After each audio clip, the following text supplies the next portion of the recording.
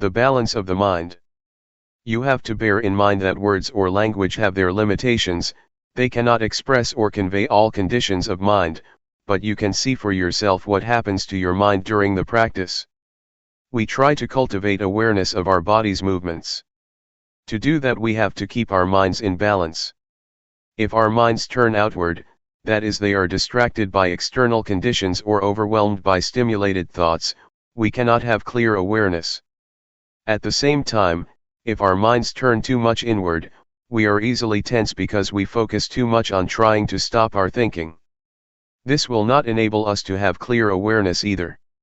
Turning too much outward or inward is not good for us, so we should try to keep our minds in balance, neither carried away by thoughts nor trying to stop thinking. When I was a young monk practicing with Luangpor Teean, I practiced in a small cottage with closed windows and closed door. Luangpor Teean came to see me. He stood outside my cottage and asked me from outside, "Can you see me?"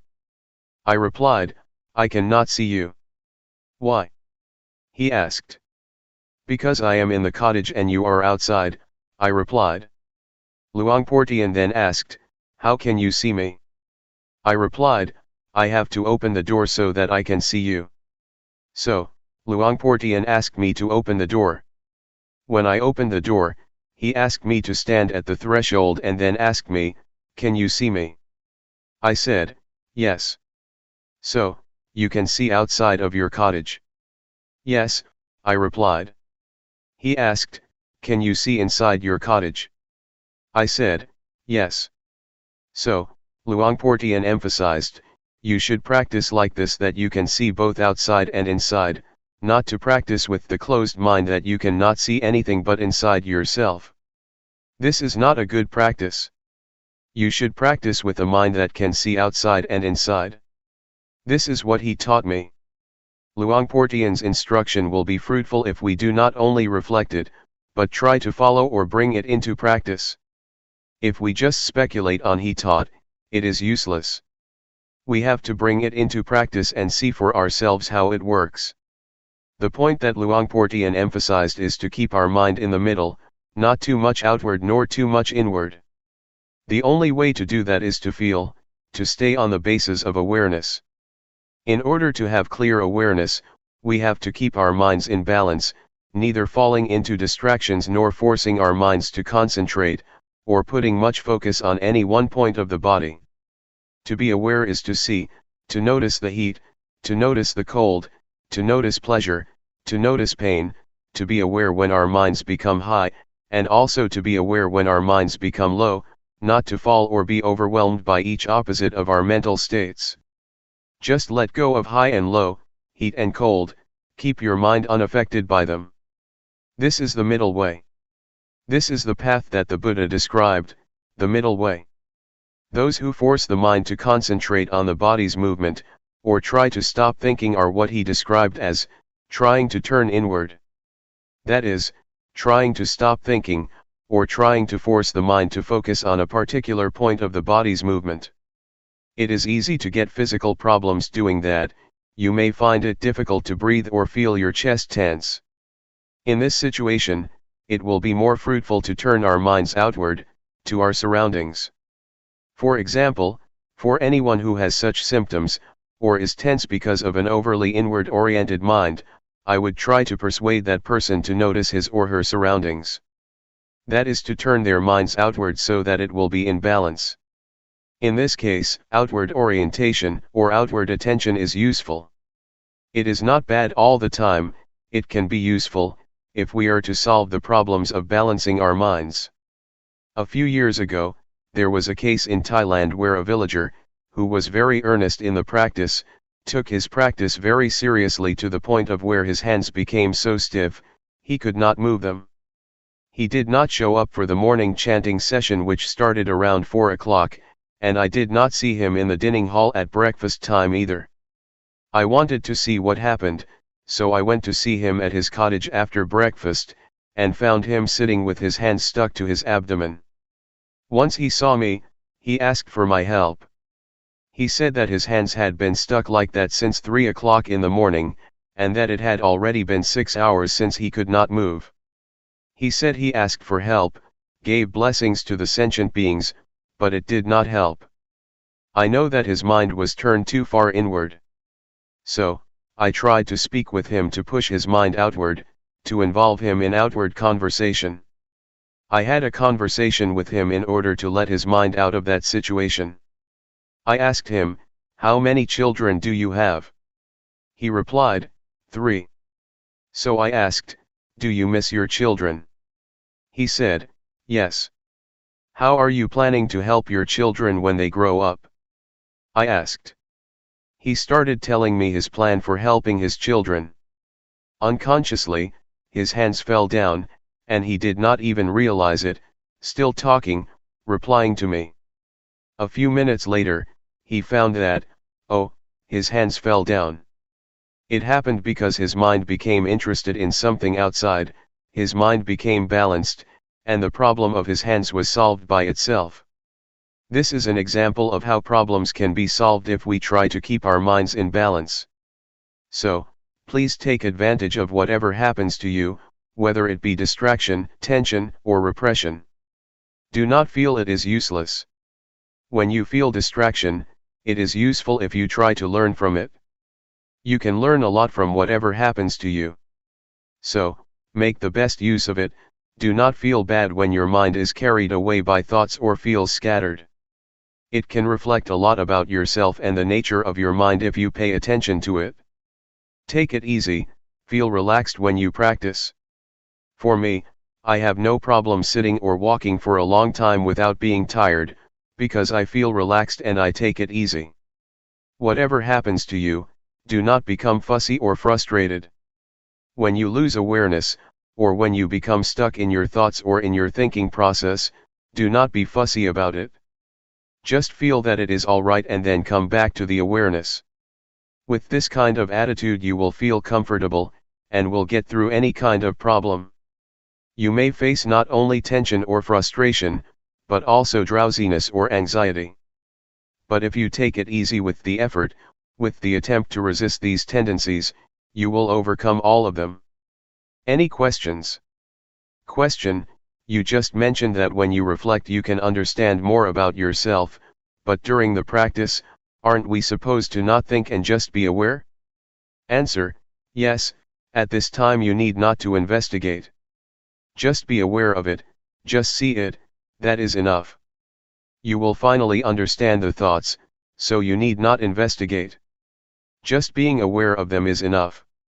I would like to add that once you have a better understanding of yourself and your mind, you should be careful not to fall into the trap of knowledge.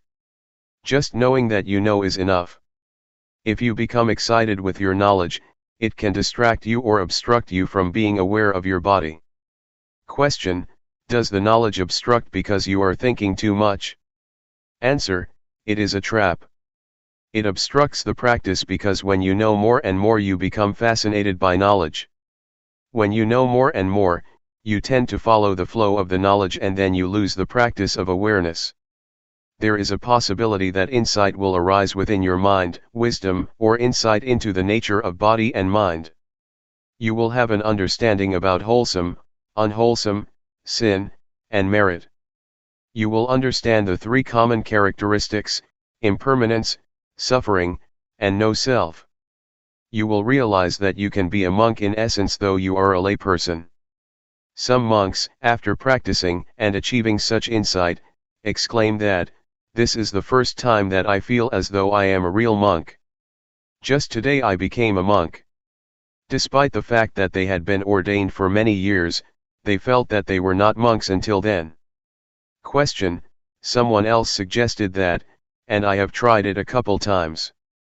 After you practice a long time, you feel very well and calm. That is a good time to think about what you want to do in the future, because your mind is very clear at that point. Answer: there is no problem if you know when to finish. There are some artists who use meditation to calm the mind in order to paint. But I would like to say that meditation is not only for work, or solving practical problems. You should aim beyond that, to remove suffering. We should use meditation for a higher purpose than solving the practical problems of daily life. Just keep this in mind so that we can make the most of it. Do not try to achieve anything. Do not try to achieve supernatural powers, or want to be better than other people, to compete with other people, or to have a special mystical power. Do not have such an attitude or it will obstruct the practice. I would like to give another example. One monk in Thailand had achieved a lot before his entrance to the monkhood.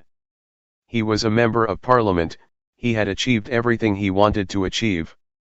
So his mind was achievement-oriented, and when he became a monk, he still had this attitude. When he practiced, he tried to achieve spiritual power, he tried to attain insight, the higher wisdom. He drove himself to practice a lot until his mind became out of balance. When he met me, he asked me, "Do you see that my robe is full of lotus? I am not an ordinary monk now." I took this monk out of the temple and tried to help him become normal. I took him to see the flowers, the trees, talked to him and made him forget the practice for a while, so that he became relaxed and felt better. But do not worry that you will be like him. I can assure you that I will take you to the right path. If you stay firm in your awareness and don't expect anything more than awareness, you will be all right. Question: was he practicing with Luangpor or with someone else? Answer: with another master, he was just visiting the temple. After a brief chat, I knew that the monk had a problem. Question: it is interesting that this monk would trust Luangpor. If they do not trust, the problem cannot be solved. Answer: it has nothing to do with trust. Because if we have the means to solve the problem, we just talk with him personally, and if we know how to help him get out of the trap that he is falling into, then we can help. In fact, this problem can be solved by itself, but it takes time, probably 10 days if nobody helped him.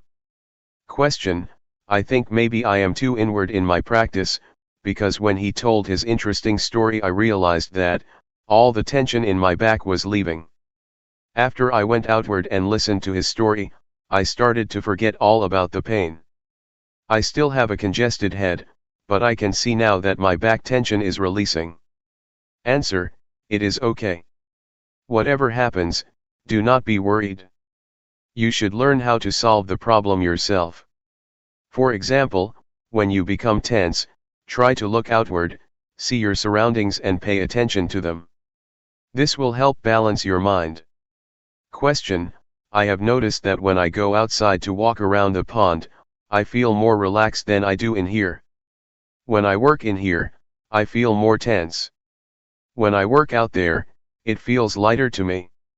Answer: do not worry about whether your practice is right or wrong, do not try to achieve the right practice, just keep your mind relaxed and feel comfortable, going beyond anxiety or desire. Question: Luangpor mentioned earlier that hindrances can be helpful, so sleepiness or things like that can be helpful, we just need to resist them. I am just thinking, for example, that today I feel drowsy, and I have been staying with it. I am just thinking that maybe it is helpful sometimes to just go take a nap. When you wake up you feel refreshed, then you can practice better instead of trying to stay with it for a long time. Answer: if your body needs rest or feels physically tired, taking a nap is alright. Even the Buddha suggested you do that if your body needs it. But we should not take a nap on every occasion, just special occasions. If you take a nap every time you feel drowsy, you will not go anywhere. Question: in Sathi meditation, we use our body's movement as the object of meditation. While doing the practice, there are other sensations of the body taking place, such as the stomach growling, legs going numb or coughing, etc. Where do we place awareness? Answer: when you cough, do it mindfully. When you feel tense or when you feel tired or have physical pain, sometimes it is not good to resist it. You have to reduce that pain by changing your position from sitting to walking, etc. You have to learn how to reduce this kind of suffering. It also depends on the case. For example, when you feel pain at your neck, you are aware of it, but you should not concentrate on or pay attention to it. You should just continue the awareness of your hands movement. But if you feel tired and your body needs to relax, then you should change postures, or if you have gas in your stomach, the gas should be released mindfully. Question: can you define mindfully, please? Answer: you are aware of it. Mindfulness and awareness are interchangeable. Practically speaking, they are the same, concomitant, twins. So, to be mindful is to be aware of that particular thing. Question: but when you talk about awareness, you are talking about your senses, right? What you feel, what you taste, what you hear, what you see, that is all part of awareness, right? Answer: yes. Knowing what you see and what you hear is awareness. But for the practice, you just pay attention to the object of meditation, like the body's movement. Once, while I was practicing sitting meditation, a big snake moved towards me and it seemed to me that it did not realize that I was in front of it. So, I tried to stop it and make it aware that there was a person in front of it. I threw a matchbox in front of it, and it raised its head once it realized that there was something in front of it. Once I knew it was a cobra, I tried to protect myself without fear, without nervousness or anxiety. Since at that moment, I knew I should not move hastily, I did it mindfully, grasping my robe to protect myself. I prevented the cobra from biting me. June 9, 1997. The Threefold Training. We have to study ourselves to gain a better understanding of ourselves, otherwise, we will become the victim of suffering. Suffering will become our master, and control our minds. If we know ourselves, we become our own masters and can live our lives accordingly. Within ourselves, there is both heaven and hell, merit and evil. Our mind can be the source of happiness or the source of suffering. Pleasure and pain are inside ourselves, as are all states of mind. If we know ourselves better, we will learn how to make our lives happy and free from suffering. There is no better way to understand ourselves, to work and see ourselves internally, than practicing meditation. But normally people are not much interested in meditation. Buddhadasa, a great monk in Thailand who passed away recently, once said that people tend to respect monks, but they never listen to them or put their teachings into practice. Mindfulness meditation is the shortcut to the heart of the nature of our minds and bodies. It will lead us straight to the core of reality, that is the body and mind. There is no way for us to gain a better understanding about mind than mindfulness meditation. Mindfulness helps us attain wisdom or insight into body and mind. It helps us to be clear and remove any doubts we may have about ourselves. During the practice, you may ask yourself, what am I doing? Why did I come here? What is the purpose of meditation? Will it work for me? Or you may ask yourself, is there heaven or hell? These are all questions that I asked myself 30 years ago when I was still a layman. When I met Luangpor Teean, my master, he persuaded me to practice with him. He said that, all of these questions will be answered if you practice with me. What we are doing here is trying to follow the path of the Buddha. The Buddha once said that all of us are subject to suffering. We have suffering in front of us. It has penetrated into the deepest core of our existence. Suffering dominates our lives, so we should be aware of it and try to find the way out of it. We come here to practice meditation in order to get rid of suffering. This method of practice enables us to see the reality of body and mind, to see how suffering is created. It is created from our attachments to body and mind. We are attached to anger or the many kinds of emotions, despite the fact that there is no real self in those emotions. That state of mind has no substantial reality. But we still cling to it, which leads to suffering. Mindfulness enables us to see clearly that our attachments create suffering and misery. It helps us see the body as it is, a combination of various factors. The fundamental elements that comprise the body are earth, fire, water, and wind. We can see clearly how these four fundamental elements make up the body. We can see clearly that the body is not self. There is no self in the body. It is just the combination of these four fundamental elements. Meditation will also enable us to see the nature and conditions of the body. All questions about the body will be solved, and we will not have any questions anymore about it. The same goes for the mind. We will understand the mind with mindfulness. There are thousands of different mental activities of the mind mentioned in the Tripitaka, or the Buddhist canon. These can be understood by us, if our mindfulness is developed enough. During your practice, a lot of thoughts arise in your mind and you may often be disturbed by them. Once you know yourself clearly, you will see that suffering is caused by your attachment to thoughts and emotions. When we hear a noise, we react to it, we are attached to it, and we make judgments about it. The noise is good, the noise is bad. Whatever we see, whatever we have contact with, we always react to it and make judgments, good or bad, pleasure or displeasure, satisfactory or dissatisfactory.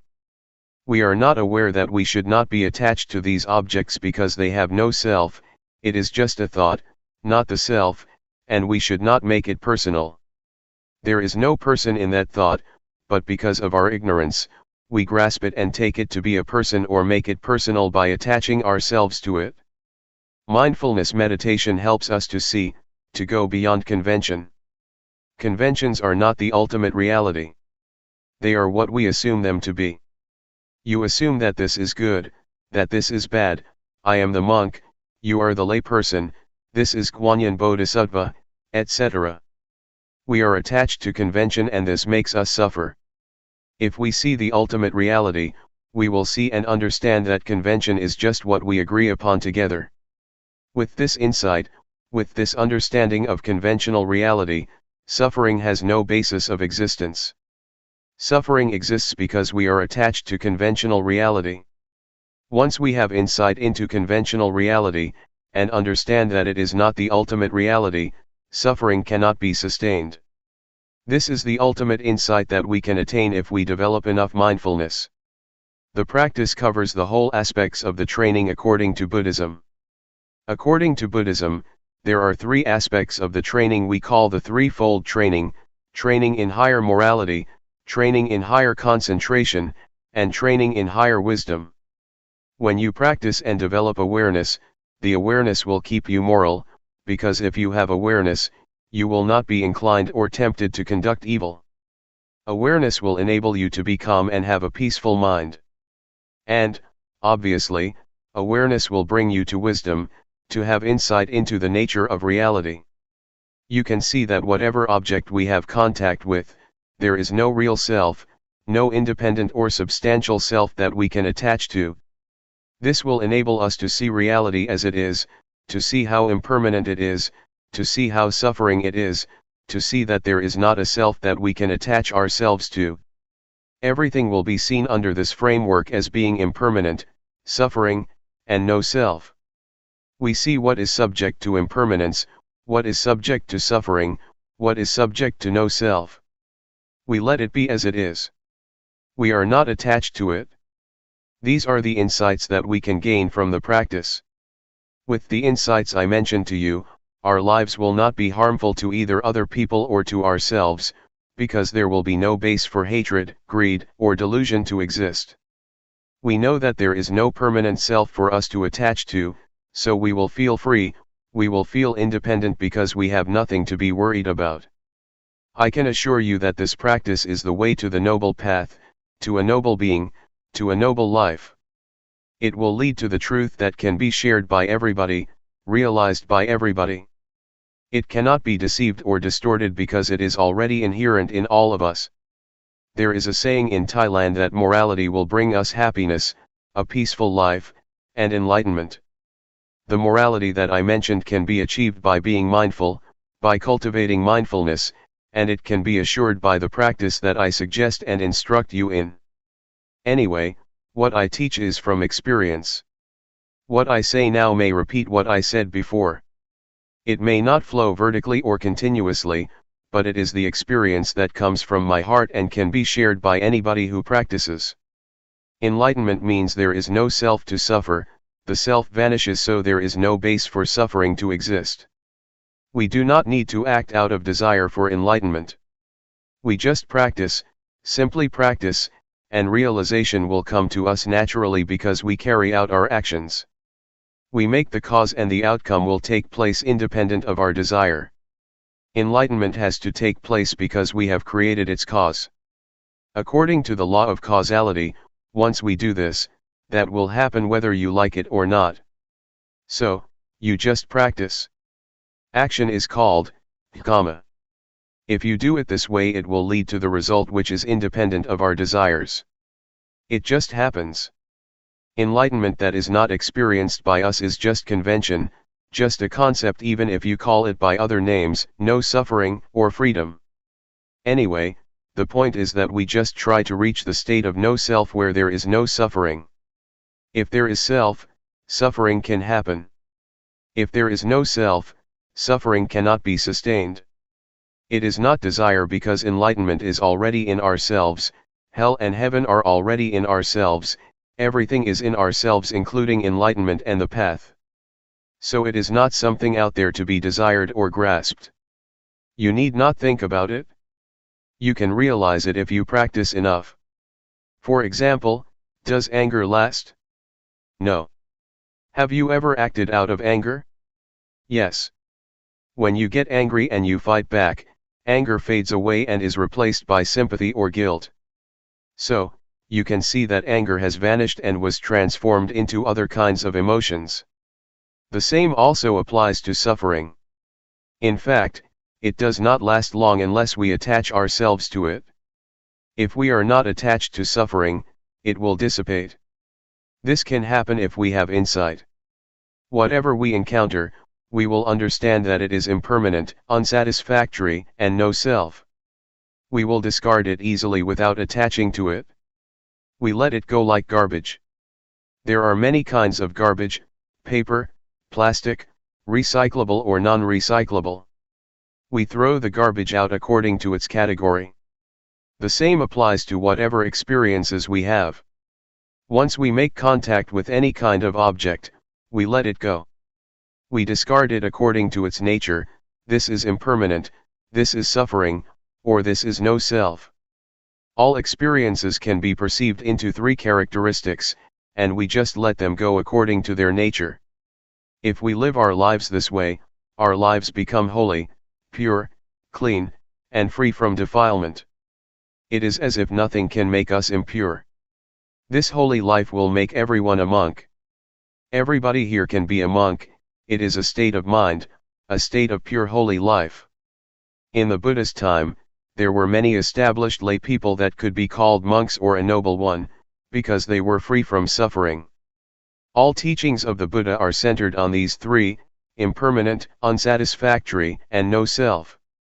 In the first sermon of the Buddha, he asked the 5 ascetics who would become the first group of noble beings, "Is there anything permanent?" They replied, "No, everything is impermanent." Buddha asked, "What is impermanent is suffering, isn't it?" They replied, "Yes, what is impermanent is suffering, or the causes of suffering." So, whatever is subject to suffering is without self, isn't it? He asked. "Yes," they replied. So, once the 5 ascetics understood that everything is no self, they were enlightened. So, this is the key teaching of the Buddha, the 3 common characteristics. Very few people teach this doctrine. It was fortunate for me that Luangpor Teean taught me about this reality. Cyclic existence is in the present moment, it happens in this life, it is not the bardo or the next life. Our present life is governed by the cyclic existence. Take the smoker for instance. The cyclic existence is composed of 3 factors: defilement, action, or conduct, and consequence or result. The smoker has a desire to smoke, and once they smoke there is addiction, and addiction leads to desire to smoke more, and it becomes a cycle: desire, smoke, addiction, desire, smoke, addiction. This is the cyclic existence. This cycle can be broken if the smoker rejects or abandons this habit. No smoke, no addiction, no desire. This finally leads to enlightenment. Once the cycle is broken, nibbana can be realized. Because there is no desire, no action arises. Once there is no action, no desire, and no addiction take place, everything becomes normal, becomes cool. Nibbana is the state of coolness. June 10, 1997. Seeing the mind. We are now following in the footsteps of the Buddha. What we are doing now is practicing what the Buddha instructed us in, that is training ourselves to be aware of body, feeling, thoughts, and mind objects. But we should learn how to do it properly, otherwise we may suffer because of the feelings, thoughts, or mind objects that arise. Our practice may be delayed or obstructed by a lot of things, such as thoughts. In fact, what we should do is just be aware of them, but sometimes we act upon them, and thus another kind of thoughts arises. It is a kind of dual or two layers of thoughts, we act upon creating more thoughts. It is not the primary thoughts that create suffering for us, but the secondary thoughts. This reaction or response to thoughts makes us unhappy and will delay our practice. So, please avoid reacting to thoughts, just be aware of them, and then let them go. In Thai, meditation practice is called Hapathibat. Hapatha means to return.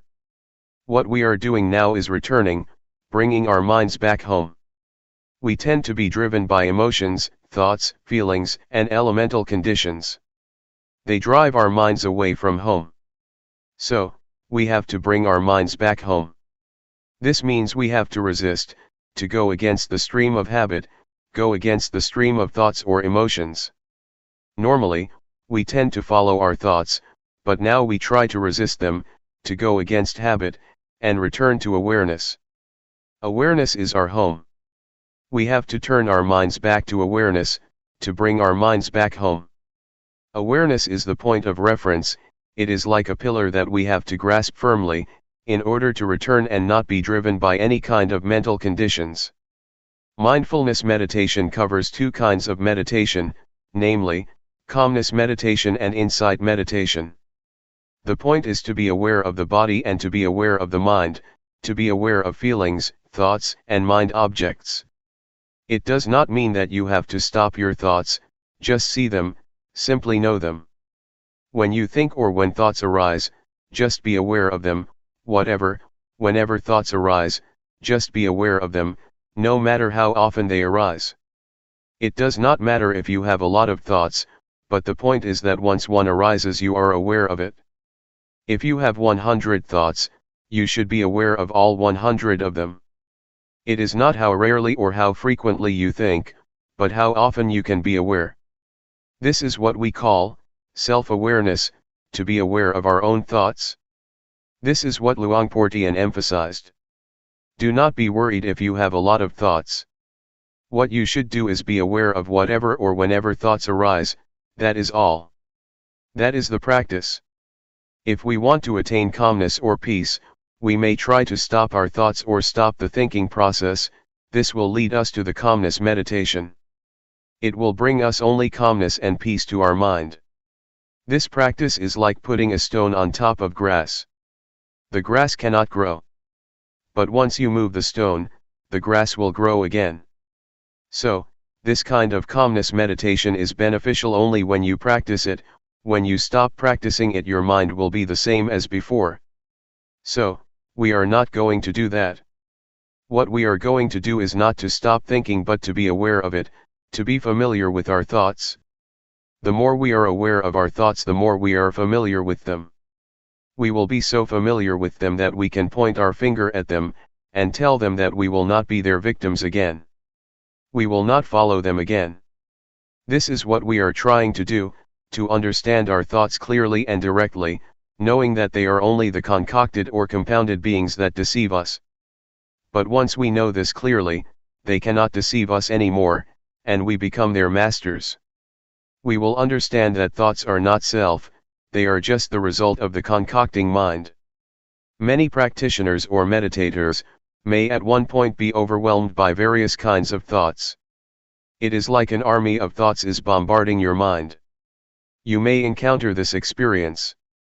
You may feel bad, but if you keep being aware of whatever thoughts that arise, at a certain point you will suddenly become face to face with the thought.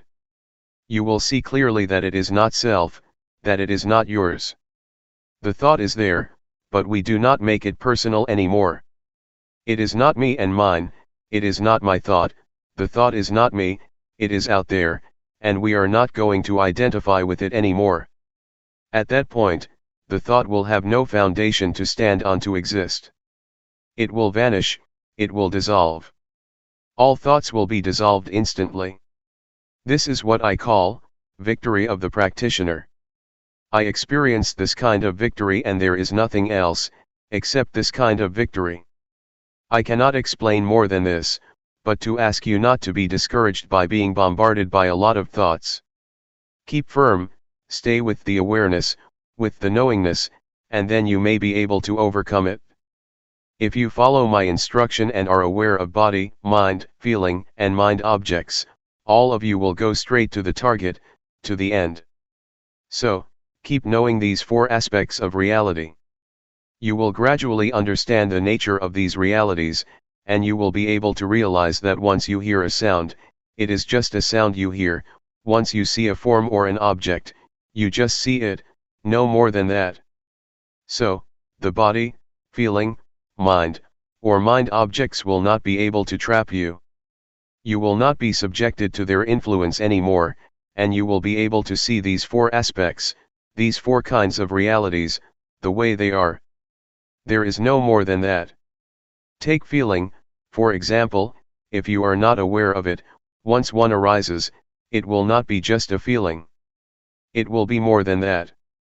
You will judge this feeling. Is it good? Is it bad? A lot of convention, a lot of values will come into play because you are not aware of the feelings. This is good, this is bad, this is desirable, this is undesirable. So, many kinds of values and judgments come into play, and there will be no end. The same is true of mind or thoughts. If you are not aware of them, you become judgmental and will go on, endlessly. So, just be aware of them and they will be finished, it will be ended. Feeling will be just feeling, emotions will be just emotions, and mind objects will just be mind objects, and no more than that if you are aware of them. So stay firm, stay only with awareness, and do not push yourself too hard. Just feel free and do not be worried. If you cannot do it, if you cannot be aware of it, that is okay. Do not feel bad for yourself, do not feel regret, oh, I made a mistake. No, just forget it, just go ahead with your practice. Eventually you will realize the truth through awareness. With awareness the truth will reveal itself. The truth of feeling, the truth of mind, the truth of mind objects, and the truth of body will reveal themselves without your memorizing from texts. These truths cannot be memorized, but it is in your capacity to realize them. From my personal interview, all of you have already experienced what is in yourselves. You did not experience something in your imagination. What you explained to me during the past few days is what you have experienced. It is inside yourselves, it is useful. Do not discard it. If you know how to see it properly, it may not be mindfulness that you wish for, but it is still useful for you to use it, for you to understand it. So, just try to learn from it, and it will give you insight or wisdom. What we have experienced so far is not beyond the realm of body and mind. This is the physical body, and feelings, thoughts, and mind objects are in the realm of the mind. So you did not experience something out there. It is already in your body and mind. Try to make use of it skillfully. Luangpor Teean told me that the training of the mind is to see the mind, to look into it, not to seek for calmness of mind. Just see it, just be aware of it, and you will have proper mental training. Since your experience is not beyond body and mind, you do not experience something out there. You experience what is already in yourselves. So, just feel free, feel relaxed and know that you have done nothing wrong. But if you see the image of hell or heaven out there, if you smell odor out there, if you see a vision of angels or a deity out there, you are traversing the wrong path. Please come back. Just try to see, be aware of what is already in your body and mind. That is all. Do not look beyond that. What you have already done may be called meditation, observing the precepts, or earning merit. The meditation you practiced has already covered what I just mentioned. When you practice meditation here, your mind becomes normal, that is sila, or morality. It means normal, normal in conduct, normal in deeds. If you feel calm and peaceful, that is wholesomeness, or husala. If you know how to be free from your thoughts, that is wisdom, even if you suffer because of them, as long as you learn from them, you have gained wisdom. It is knowledge. It is not necessarily negative. When you practice, you do not do anything harmful to yourself nor to anybody, which means you have already kept the precepts, observed morality. So, morality, concentration, wisdom, wholesomeness or merit, have already been developed from your practice. Please learn how to transform undesirable thoughts, and whatever suffering you may experience. Do not let thoughts make you suffer. Try to adjust your mind, try to change it to be wholesome and happy. You have to learn by yourself to solve your own problems, and if you keep solving your problems, you will have what we call wisdom. You will learn that you are your own master, you will know that your own self is your refuge, and this is the ultimate truth that everybody should understand. There is no refuge other than oneself. Any questions? Question: whenever there is a thought, you suffer because you develop more thoughts. Thoughts that stem from intentional thoughts are okay, I think. For example, if during the practice, you have a thought and know that you cannot improve yourself based on it, then you come up with something of how you want to improve it. Answer: yes, if it is a skillful thought, it will lead to wisdom. We should learn from thoughts without suppressing them, that is what we call wisdom or insight. Wisdom can be obtained when body and mind are free of disturbance. Now, we are already here, and our bodies are far away from annoyance or disturbance. If our minds still think about this and that all the time, about sensual pleasure, about sensual happiness, the Buddha compared this situation to a log that is on the shore but is still wet. You cannot make fire with this wood. But if you are here, your body is in a place of solitude, and your mind is also calm and not engaged in sensual pleasure or distraction, you are like wood that has already dried and can be lit. This means that one will be able to be liberated because body and mind go together. The person who does not practice will keep thinking about the experiences of the past. But if we practice, our minds will be in order, they will keep knowing the present moment. And this mental attitude of knowing oneself, or knowing one's thoughts, will give the wisdom that the mind itself reveals, the truth that is manifested in mind. So, such practice will give rise to the wisdom that the Buddha suggested and praised. We are able to develop or attain a state of wholesomeness in the same manner that the Buddha did. We are able to abandon the unwholesomeness and the suffering that the Buddha was able to. What the Buddha attained is not something beyond our capacity. We can also achieve his compassion, his wisdom, and his purity. So, do not think that the Buddha's qualities are something out there. It is already in our capacity to develop them if we practice constantly. If we practice hard enough, his compassion, his wisdom, and his purity will be shared by us. Mindfulness meditation leads everybody to the same goal, just like Route 301 led everybody here. Anybody who practices mindfulness meditation will realize the same thing, the same wisdom. It does not mean that the Buddha knows one way, and the noble beings know something different. They know the same thing because they use the same road. Mindfulness meditation is the most important road to liberation. What we have practiced now is not a waste of time. Even though you have not attained wisdom yet, what you have done will produce results. You are going to create a karma, or conduct, that produces results. For example, when you raise your hand you become aware of it, such awareness will not vanish. It will accumulate and it will enable you to attain something. So, keep practicing even if you do not gain insight during this 7-day retreat. That is okay, just never mind. Please continue your practice after the retreat, and it will certainly produce results. Question: could anyone reach liberation during this lifetime? Does it depend on the amount of effort you put in the practice? Is it hindered by the sankhara that you have accumulated? Answer: yes.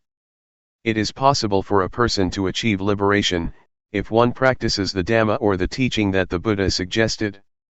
That is to develop or train in a higher morality, in higher concentration, and in higher wisdom. We are capable of reaching that point. It is not necessarily obstructed or hindered by past actions. If we practice in the present life, we are able to liberate ourselves. I would like to ask you, is there tomorrow? The teaching of the Buddha is full of marvelous characteristics. It is what the Buddha practiced by himself, and it is beyond time. It can produce results beyond the limitations of time. It is what one can realize by oneself, and it can be achieved by anybody with no limitation, and only the practitioner will realize it. You cannot practice it for other people. This is what the Buddha said. There is tomorrow, but we do not know what the chances are for tomorrow, and we cannot do anything about tomorrow. What we can do is today. The past, or yesterday, is already gone and we cannot do anything for the past. What we did in the past is already in the past, we cannot do anything else now. So only today can we do something. Please try to make an effort to improve today. Do not pay much attention to tomorrow or to yesterday. Question: can we teach what we have learned to other people? Answer: we teach and we share what we already have. If we are compassionate enough, we teach compassion. If we are kind enough, we teach kindness. So you share what you have already attained or teach it to other people.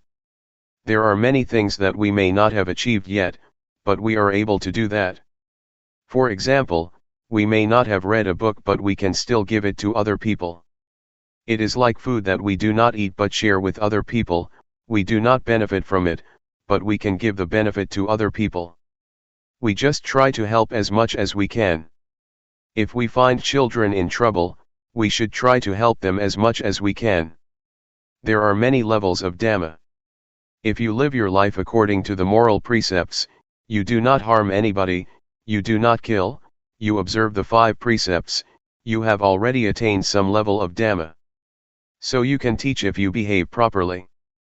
But for the higher levels of Dhamma, one has to attain some level of insight in order to teach other people, but in reality nobody can teach anyone, we can only teach ourselves.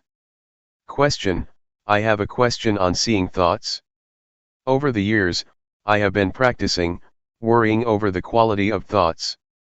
Thoughts can be strong and there may be many thoughts coming.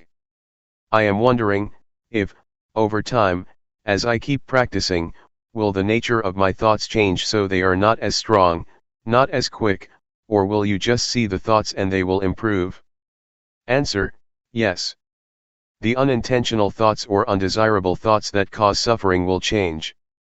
Their nature will change if you keep looking at them, and at the same time you may be more adept at looking and seeing.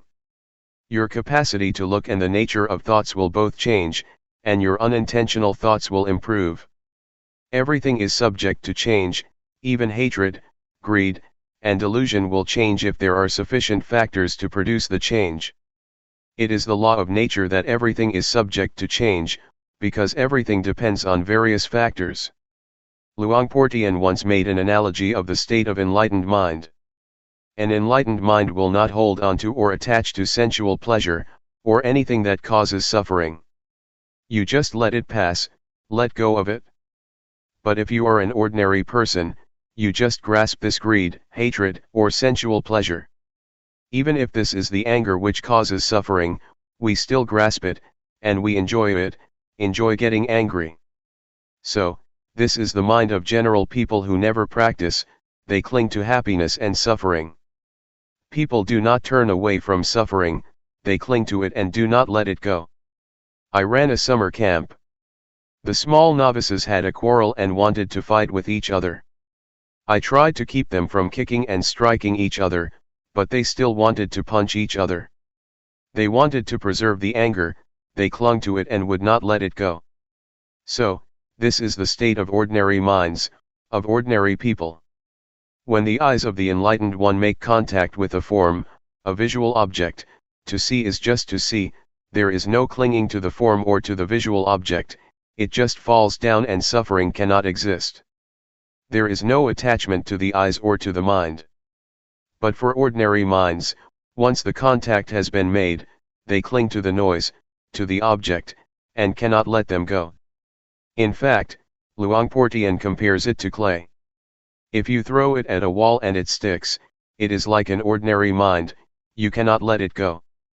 You just think about it over and over, and you become happy or suffer. But for the enlightened mind, it is like dried soil, you throw it and it never sticks to the wall but just falls down. You just see it but nothing happens. Question: is appreciation of beauty a judgment? Answer: that this is beautiful or this is ugly is just convention. The mind of the enlightened one is like the leaf of the lotus that cannot be stained by water, not even a drop. The enlightened beings live in the world but cannot be stained or polluted by the world. They do not cling to the world. They are beyond the world, but they live in the world. The lotus grows out of the dirty mud, but it will never be polluted or stained by the mud. It is very beautiful. This is the mind of the enlightened one. Question: why is happiness a suffering? Is it because it is unstable? Answer: if it is general happiness, it is suffering because it is subject to change. It is just convention. But supreme happiness, liberation, or enlightenment, is different. No happiness is greater than enlightenment. June 12, 1997. Foundations of Mindfulness. Please pay attention. We have been following the instructions that the Buddha gave in the sutta called Satipatthana, or the sutta about the four foundations of mindfulness, which covers all human activities. Human lives or human ways of conduct can be divided into four: the realm of body, the realm of feeling, the realm of thought, and the realm of mind objects. There are a lot of details concerning these four aspects of a human being. Our bodies have experienced a lot of things, we have felt a lot of feelings, encountered various kinds of thoughts, and faced a lot of mind objects or mental impressions. No matter what happens to the body or to the physical form, with mindfulness we can understand the fundamental truth, or the fundamental nature that underlies the activities of the body. Mindfulness gives us insight into the nature of the body. The underlying nature, the fundamental law, that governs the physical realm is what we call the three common characteristics: impermanence, unsatisfactoriness, and no self. Feelings are also subject to the three common characteristics. Every kind of feeling, whether it results from contact with the eyes, with the ears, with the nose, with the tongue, with body, or with mind, is subject to these three common characteristics. Ultimately, feelings have no self. We cannot take them to be a self or a person. If we do not understand the reality of feelings, we will be their slave. We will try to struggle for the pleasant feelings, we will try our best to protect whatever can give us pleasant feelings. A lot of people are busy possessing objects that provide them with pleasant feelings, but they will ultimately find that they cannot keep them all the time. They are subject to change, to vanish. The Buddha always stresses that a feeling is not self, it is not the person, it is not the individual, so do not take it to be a person or self. Worldly beings who do not practice cannot understand what the Buddha said, but we will be able to understand if we practice hard enough. During the past few days we have been here, we may not have attained this insight yet, but it is within our capacity to see, to understand, and to have insight into the nature of feelings. We should understand mind or mental formations too. Thoughts, or mental impressions, are very important because if we are not aware of our thoughts they will give rise to anger, hatred, and delusion. They will give rise to pleasure, pain, sorrow, happiness, and a lot of conventions. Law, rules, regulations, and all sorts of things will come into play and your thoughts will proliferate without end. Thus we should learn to understand the thinking process. Can we see thoughts? Can we know the thoughts that arise in our minds? Do we follow the thoughts or do we just know them, just be aware of them? Do we suffer because of thoughts or do they make us happy? Can we see how thoughts are not self? Are we able to see them as void or empty of self? If we understand and see the thoughts that arise in our minds, thoughts are no big deal. We will become their master. But if we do not know the thoughts in our minds, they will control our lives, they will be our masters. To practice mindfulness meditation, we start by cultivating awareness of our bodies. We start at this point and then we become aware of feelings. Once we are confident enough to be aware of body and feelings, we will then go to the next step of being aware of our thoughts. We cannot jump directly to awareness of our thoughts, because we need to be skillful enough or it will cause us trouble. Our mindfulness should be cultivated and it has to start from an awareness of the body and our feelings. Once our mindfulness is developed enough, we will proceed further to train ourselves to be aware of our minds. We have to know the former step thoroughly first. If we ignore the awareness of the body, and jump to the step of mental awareness, we will become easily lost in our thoughts. To handle our thoughts and mental impressions, we need to know their weak points. It is as thought we are going to handle a snake. Snakes are harmful, but the skillful person who knows their weak point can capture them without getting hurt. It is like handling an elephant. Elephants are very big and strong, much stronger than human beings, but if we know their weak point we can capture and harness them. Whatever strength it has, however powerful it is, it does not matter because we know how to handle it. The same goes for our relationship with our minds and our thoughts. We have to know the weak point of our thoughts, then we will understand and will be able to handle them. We should know what their source is and how they are conditioned. With this knowledge, thoughts will not be harmful anymore. Keep knowing your body and mind. Stay only with the knowing, and do not do other than this. Stay firmly with knowing, and knowingness will bring about a change to your mind. We need not do anything to the mind or even the thoughts, but just pay attention to our awareness, the knowingness. Luangpor Teean compared unintentional thoughts to a rat and mindfulness to a cat.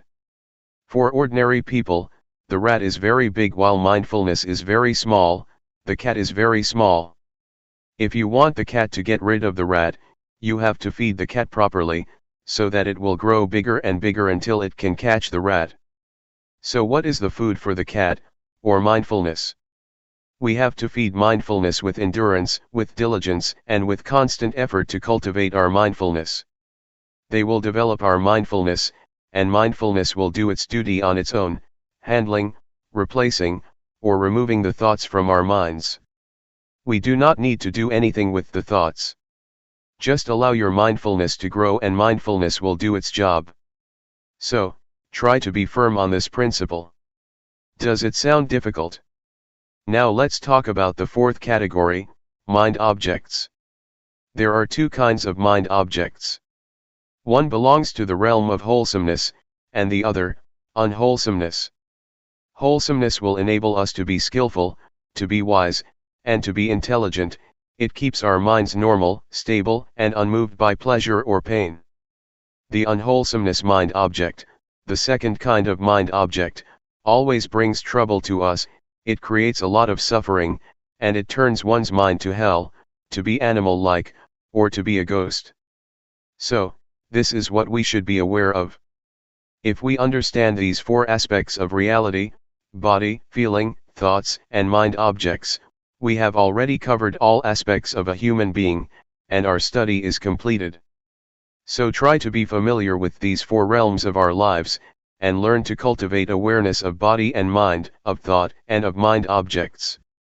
Once we finish such study, our minds will become the noble life, the life that is harmful neither to ourselves nor to other people. It is called noble. Noble means harmless. Do not become stuck in doubt, in uncertainty.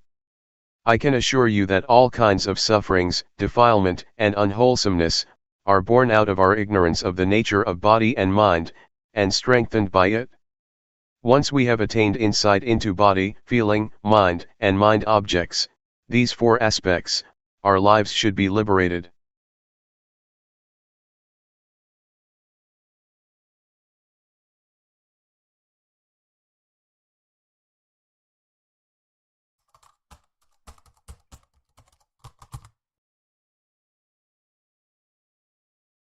May all beings be at ease, whatever living beings there may be, whether they are weak or strong, omitting none, the great or the mighty, medium, short or small,